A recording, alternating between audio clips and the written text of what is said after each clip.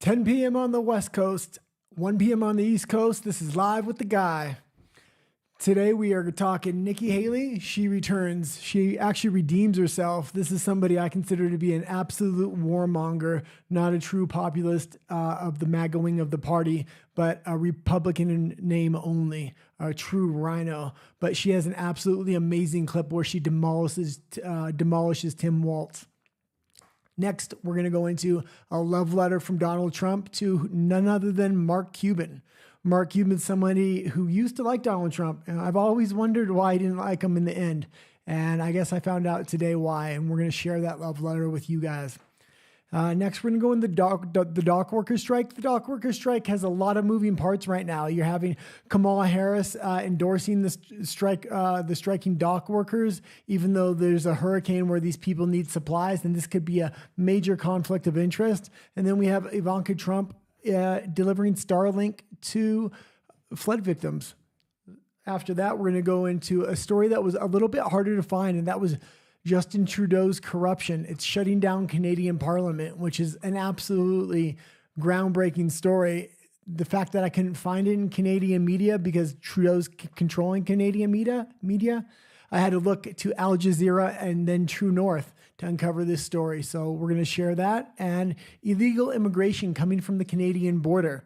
Not the same as in the Mexican border, Mexican-U.S. border, but the Canadian border. It only has 20,000 people that have gotten caught, but I think these are high-risk offenders.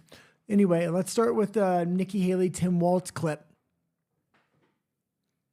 And this is an astonishing clip. I absolutely loved it. We may stop it halfway through so we don't get dinged with a copyright strike. Now let's go to what we know, the facts.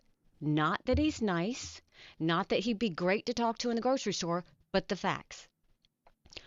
Under Walz, Minnesota has been one of the few states to raise taxes, even having an $18 billion budget surplus. $18 billion budget surplus, and he raised taxes anyway.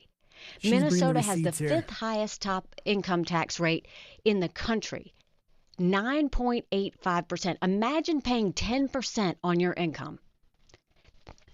As a member of Congress, he voted against the 2017 tax cuts. Remember we talked about that? Remember we talked that if those tax cuts expire, 62% of Americans are going to see their taxes go up? He voted against those tax cuts. On illegal immigration, not only has he allowed illegal immigrants to come into his state, he has allowed them to have driver's licenses. He's allowed them to have health insurance. He's allowed them to get free college, all on the taxpayer's dime. He's subsidized electric vehicles. He has no statutory limits on abortion at any stage of pregnancy.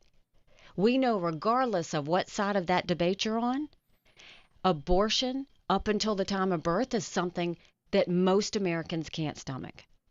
He passed a law that gets in the middle of family decisions when it comes to kids and transgender issues. That's interesting for a guy that says, mind your own damn business. And the thing that he says that freaks me out the most, go to cut 3. Don't ever shy away from our progressive values. One person's socialism is another person's neighborliness. Yikes. One person's socialism is another person's neighborliness. That is the one that sends the chill up your spine. Minnesota's losing residents at a record pace, ranked 6th highest in America for families moving out. You look at the George Floyd riots, we all saw the buildings burning. What is interesting is the mayor of Minneapolis called Walz, and Walz declined his request to call in the National Guard. Declined his mayor's request to call in the National Guard when the riots broke out. It took him 3 days. Walz later said on his own that that was an abject failure. He said that. You look at the military record inaccuracies, him misrepresenting his rank. I will just tell you that, knowing Michael in the military, knowing his military brothers and sisters, you can always say, okay, fine, you can embellish. It is just weird to give the wrong rank. It just is. I don't want to take away from his service, but I think that's Well, but add it to the list of things that right. he's. That's the thing, is you just have to say that. So, look, I mean, this is a thing I'll say. We are seeing a Kamala Harris that is basically saying, fake it until you make it. Boom. And so she's faking all her stances and doing 180s on all of them until the election. But the one decision she made was Tim Walz. Fake it till you make it. That's what I got from that. And that's exactly what she's doing. And if she thinks she's going to be president and she's going to fake it all the way into the presidency because she didn't win a single vote, she didn't have to win a Democratic primary. She completely skirted democracy in order to get into her position in the first place. She slept her way to the top. This is Kamala Harris. And it's absolutely insane that this girl is going to pick somebody like Tim Walz. I'm glad Nikki Haley really brought the receipts to Tim Walz and showed who he was, because J.D. Vance was being far too nice on the debate. I understand why he was, but I'm really glad Nikki Haley brought the receipts. And Nikki Haley's going to be in the Republican Party no matter what, and she did stick in till the end fighting Donald Trump, and I think all that experience promoting herself and having to speak publicly really helped her. And Donald Trump should, send out an olive branch and use her on the trail. He has a lot of MAGA support, but the traditional wing of the Conservative Party, although I don't like him and although I think Nikki Haley is a warmonger, use her to get elected. And you can give her an olive branch, and she wants to survive and have a good political career coming up. So use her as you see fit. And this is a good example how she can be utilized perfectly. Okay, next we're going to go into this Donald Trump love letter to Mark Cuban. I'll have Nat read it off screen in just a moment, but not quite yet. I did want to bring some other clips and I just didn't have time. But Mark Cuban used to actually love Donald Trump. He made a TV show in the format of what The Apprentice was. He wanted to be Donald Trump at one point. There's so many videos of Mark Cuban talking about the great economic policies of Donald Trump, how great Donald Trump is. I think Mark Cuban used to fashion himself as a mini Donald Trump. Thing was, at some point in their relationship, things went awry, and Mark Cuban became this hardcore socialist, hardcore leftist. I don't know what happened. I don't know if Diddy had blackmail material on him, or he just doesn't like Donald Trump, maybe because of this love letter. All right, Nat, read this love letter out for the beautiful audience. So it says, Dear Mark, I am truly sorry to hear that your show has been canceled for lack of ratings. When I initially called you to congratulate you on the benefactor, little did you or I realize how disastrous and embarrassing it would turn out to be for you. If you ever decide to do another show, please call me and I will be happy to lead a helping hand. With best wishes, sincerely, Donald. Wow, Donald. Hats off to you, just like it was to Nikki Haley. I really like this. Now I understand maybe why the tension between Mark Cuban and Donald Trump are there. Mark Cuban is just a real live wire lately. I mean, he hates Elon Musk. He's saying all kinds of crazy Marxist socialist things against capitalist markets, which he's a part of. So I don't know, but I just found that letter. I think I seen it on the PBD podcast today. If you don't watch the PBD podcast, it's a great podcast. I highly recommend it. And that was just a little nugget I got from there. It was an absolutely hilarious little letter. Next, we're going to go into this dock worker strike. Now, I've been covering this from the beginning on kind of repeat. But now, since the strike is implemented and things are actually going on, we get to see Kamala Harris's reaction. And she's desperate for union support, not just from dock workers, but she thinks if she supports unions publicly through the dock worker strike, that she's going to have other union members voting for her. And I just don't think that's the case. Plain hardball here with this strike is just not a good look for her. There is the big floods and hurricane disaster that's happening on the East Coast. all these strikes are happening on the East Coast. The West Coast dock workers are not striking. Just the East Coast ones are. So this is going to affect supplies, resources, food, everything coming into that region. And I almost think Biden should have forced the dock workers to go back to work for another 80 days, or at least at specific docks so they can get resources to these flood victims. But instead, Kamala Harris is coming out supporting the dock workers. Supporting the dock workers isn't doing anything. Either give them the contract or don't, but get them back to work one way or another so these flood victims can get some relief. There's another hurricane that may be coming over on the East Coast, and they're going to need relief as well. So this dock worker strike could not only cripple the economy, but really hurt American people on the ground in these floods, in these disaster zones. I really hope they get it out. My heart is with the dock workers, and I will say this.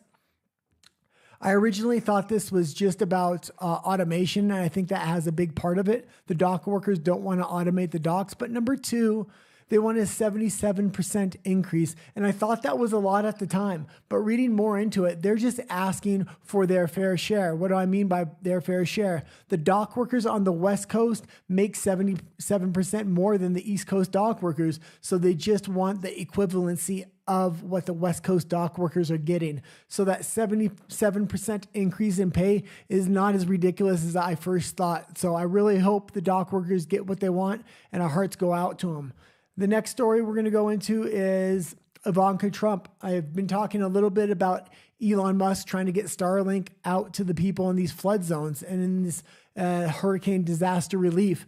Ivanka Trump came through. They had a plane on the ground delivering Starlink.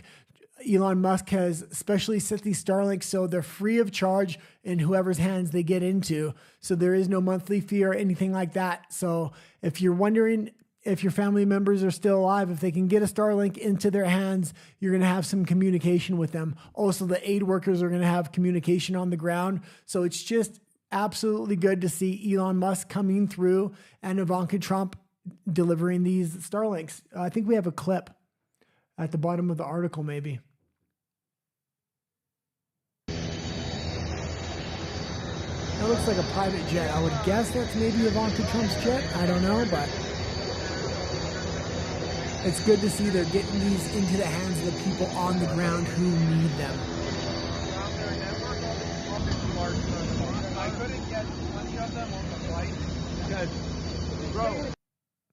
Okay, and I know yesterday I was talking a little bit about this, and then Biden is overspending on this disaster relief, and he's spending it. He's trying to put this disaster relief into a lot of states that don't need it. He needs to give it to Northern and Western Carolina. He needs to give this money to the places that need it most. And he needs to rely on the private citizens that are trying to come into these areas and accept that relief, accept the donkeys that are having goods on their back, trying to get into these communities to get food and rescue these people. The reason why I'm saying he's overspending is the U.S.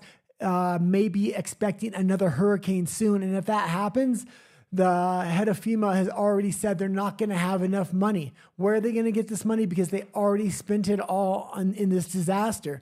You have to really maybe rely on the private sector here and not just the government spending crazy amounts of money, which now is going to handicap them if another hurricane comes.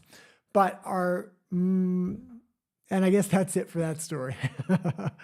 Okay, let's go into this Trudeau corruption story. This Trudeau corruption story, I really wish I had a clip, but it's really hard to find information about this right now. If you know anything about the Canadian media, and I personally know a lot because I used to live in Canada, Trudeau pays $1.2 billion a year to one liberal broadcaster alone, and then he has hundreds of millions of dollars going into the hands of Canadian liberal media. Canadian liberal media owns the landscape up there, and Trudeau, because he gives so much money to them, can really kill stories before they arrive. So when I was searching for this story, it was almost impossible to find. The headlines that when they did write about it was Trudeau shuts down government. Well, no, it wasn't Trudeau that shut down the government. It was Trudeau's corruption that had the government shut down. It had nothing to do with Justin Trudeau wanting to shut down government. It's just the opposite. This could lead to a few things, but I think we have the article on the screen right now. And basically what's going on here, there's been an investigation by the police, which is the RCMP in Canada, into a lot of these hundreds of millions, if not billions of dollars, Justin Trudeau's giving to his friends, and that Liberal candidates are giving to their friends and private business owners, things like this. These are arrestable offenses. This is fraud in really the most transparent sense. Now, the RCMP was doing their investigation. They requested hundreds of documents, which Trudeau gladly supplied to them. The only problem was they were completely redacted, meaning they were almost all completely black. So how are the RCMP going to conduct an investigation? So the RCMP, the NDP and the Conservative Party, along with the Bloc Québécois, are now saying they need these documents unredacted, and the RCMP is saying they need it unredacted.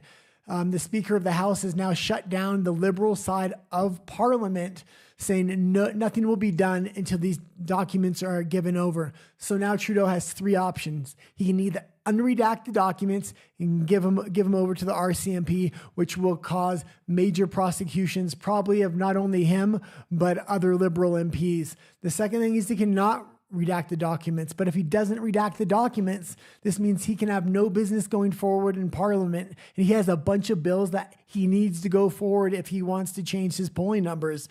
That's number two. Number two also is if he doesn't turn over these documents, there may be a snap election called in December. And a lot of people are now expecting possibly a 2024 snap election if this scandal of these documents continues to snowball not in their favor. The third option that the Liberals have is to replace Justin Trudeau with somebody else. Now, who would they replace her with? Probably Christina Freeland, the finance minister, but I think she's going to be caught up in this. She's highly, highly, highly involved in the Ukraine scandal and all the money going over there from the Canadian government. And if that's the case and this comes out in those documents, well, I don't know what the Liberal government's going to do in Canada, but this is definitely a story I'm going to keep my eye on, and I'll keep my eye on it for you because the Canadian press is just not reporting on this like they should. This is a major Canadian scandal. Okay, the final thing I'm going to talk about is illegal immigration. Now, I'm usually talking about illegal immigration at the Mexican border. This time I'm talking about at the northern border. This is the American-Canadian border, one of the largest unprotected borders in the world. And why am I talking about this? They're having 10 times the crossings and captures of illegal migrants coming through the Canadian border. Now, this is strange because how are illegal migrants getting to Canada? Canada is an extremely hard country to get into. They have no major border with a second or third world country. They only border with the US. So the kinds of people that get into the Canadian border are usually well-educated migrants. You typically see a lot of terrorist cells in Canada that are not active. So if you're seeing massive amounts of migrants, like 20,000 people coming through the unprotected Canadian border, I would highly expect these people to be potentially, in my opinion, maybe higher ranking members of terrorist cells.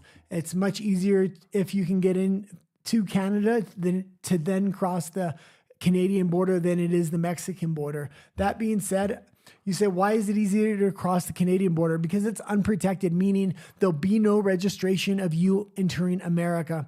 At the southern border, even though it's wide open, these illegal migrants are still filling out these apps. And there's some kind of checks and balances to know exactly who's getting into the country. On the Canadian border, you don't even know they're in there. They can come into the States and then go back into Canada. You will never know they had left Canada in the first place. So it's going to be an interesting thing. I want to keep my eye on the type of people that are crossing the Canadian border. I'm going to do some more research and we'll get back to you on this story. Okay, let's see how much time. Okay, 20 minutes in, maybe that's it for today, I guess. Okay. A lot better today than yesterday. I know we had some sound problems yesterday, so I apologize for that. Hopefully today everything went well. Every day at 10 a.m. on the West Coast, 1 p.m. on the East Coast. It's Live with the Guy. That's me. And I have a secondary show with the beautiful Nat that sits next to me every day at 4 p.m. on the West Coast and 7 p.m. on the East Coast. That's called Live with Nat and the Guy. Adios.